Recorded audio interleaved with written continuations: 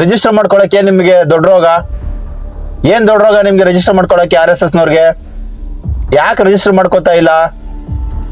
ಒಬ್ಬ ಬೀದಿ ಬದಿ ವ್ಯಾಪಾರ ಮಾಡ್ಬೇಕು ಅಂದ್ರೂ ಕೂಡ ರಿಜಿಸ್ಟರ್ ಮಾಡ್ಕೋಬೇಕು. ಒಂದೊತ್ತು ಊಟಕ್ಕೋಸ್ಕರ ಅವನು ವ್ಯಾಪಾರ ಮಾಡ್ತಾನೆ ಅಂತಂದ್ರೆ ರಿಜಿಸ್ಟರ್ ಮಾಡ್ಕೋಬೇಕು.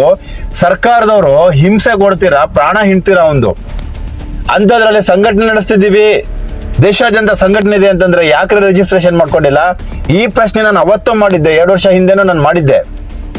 ರಿಜಿಸ್ಟರ್ ಮಾಡ್ಕೊಂಡು ಮಾಡ್ರಯ್ಯ ನೀವು ಅಂತ ಹೇಳ್ಬಿಟ್ಟು. ಆದ್ರೆ ಪಾಪ ಅವ್ರಿಗೆ ಬಾಯಿ ಬಂದಂಗೆಲ್ಲ ಬೈತಾ ಇದ್ದಾರೆ.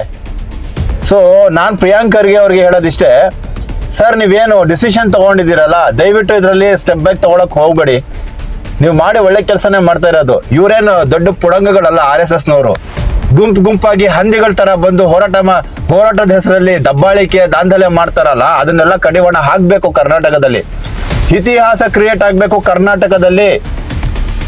ಹಂಗೂ ಅವ್ರು ಏನಾದ್ರು ಹೋರಾಟ ಮಾಡ್ತೀವಿ ಅಂದ್ರೆ ರಿಜಿಸ್ಟರ್ ಮಾಡ್ಕೊಳ್ಳಿ. ಏನ್ ಸಂವಿಧಾನಕ್ಕಿಂತ ದೊಡ್ಡವರ ಇವರು?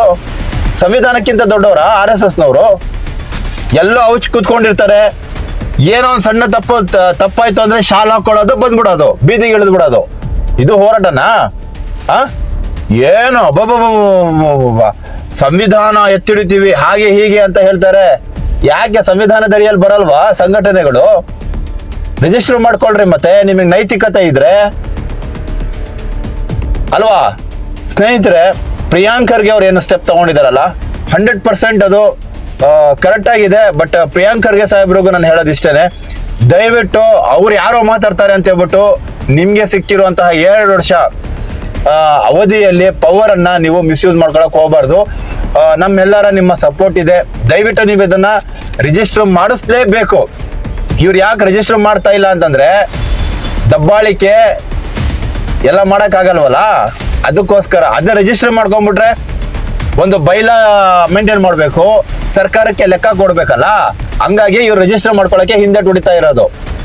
ನಿಮಗೆ ತಾಕತ್ತಿದ್ರೆ ರಿಜಿಸ್ಟರ್ ಮಾಡ್ಕೊಂಡು ಬನ್ರಿ, ಫೀಲ್ಡ್ಗೆ ಹೋರಾಟ ಮಾಡ್ರಿ, ನಾವು ಒಪ್ಕೋತೀವಿ. ಎಷ್ಟು ಜನ ಅಮಾಯಕರ ಮೇಲೆ ನೀವು ದಬ್ಬಾಳಿಕೆ ಮಾಡಿಲ್ಲ RSSನವರು? ಸುಮ್ನೆ ಅಮಾಯಕರ ಮೇಲೆ ನಿಮ್ಮ ಪಬ್ಲಿಸಿಟಿಗೋಸ್ಕರ, ನಿಮ್ಮ ತೆವಲಿಗೋಸ್ಕರ ನೀವು ಈ ತರ ಎಲ್ಲ ಮಾಡ್ತಿರಲ್ಲ, ಮಾಡ್ಕೊಂಡ್ ಬಂದಿದ್ದೀರಲ್ಲ.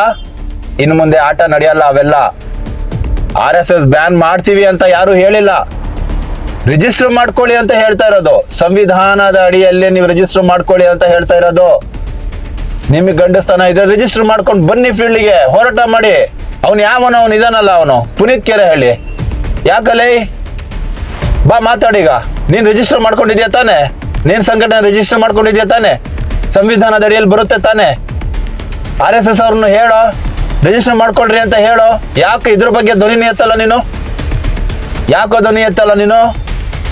ಯಾಕಂದ್ರೆ ನಿಮಗೆಲ್ಲ ಬೇಕಾಗಿರೋದು ಹಿಂದುತ್ವ ಉಳಿಸೋದಲ್ಲ, ನಿಮ್ಮ ತೆವಲಿಗೋಸ್ಕರ, ಪಬ್ಲಿಸಿಟಿಗೋಸ್ಕರ ಈ ತರ ಎಲ್ಲ ಪಾಪ ಇನ್ನೊಂದು ಧರ್ಮವನ್ನ ಟಾರ್ಗೆಟ್ ಮಾಡ್ಕೊಂಡು, ತೇಜೋವಧೆ ಮಾಡ್ಕೊಂಡು, ಧರ್ಮವನ್ನ ಹೇಳ್ಕೊಂಡು, ಹಿಂದೂ ಅನ್ನೋ ಒಂದು ಪವಿತ್ರವಾದಂತಹ ಒಂದು ಹೆಸರನ್ನ ಇಟ್ಕೊಂಡು ನೀವು ದಬ್ಬಾಳಿಕೆ ಮಾಡ್ತಿರೋರು ನೀವೆಲ್ಲ. ನಾಚಿಕೆ ಆಗ್ಬೇಕು. ನಿಮ್ಗೇನಾದ್ರೂ RSSನವ್ರಿಗೆ ನೈತಿಕತೆ ಇದ್ರೆ, ಐ ರಿಪೀಟ್, ನಿಮ್ಗೇನಾದ್ರೂ RSSನವ್ರಿಗೆ ನೈತಿಕತೆ ಇದ್ರೆ, ಸಂವಿಧಾನ ನೀವು ಗೌರವಿಸ್ತೀವಿ ಅನ್ನೋದೇ ಆಗಿದ್ರೆ ರಿಜಿಸ್ಟರ್ ಮಾಡ್ಕೊಂಡು ಬನ್ನಿ, ಬೈಲಾ ಮೇಂಟೈನ್ ಮಾಡಿ, ಸರ್ಕಾರಕ್ಕೆ ಲೆಕ್ಕ ಕೊಡಿ.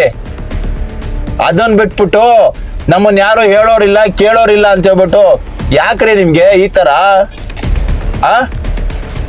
ಸೊ ಪ್ರಿಯಾಂಕ್ ಖರ್ಗೆ ಸಾಹೇಬ್ರಿಗೆ ನಾನು ಹೇಳೋದಿಷ್ಟೇನೆ, ನೀವು ಯಾರು ಏನೇ ವಿರೋಧ ಮಾಡಿದ್ರು ಸರ್, ನೀವು ಈಗೇನು ಸ್ಟೆಪ್ ತಗೊಂಡಿದ್ದೀರಲ್ಲ ಅದು ನೆರವೇರಲೇಬೇಕು.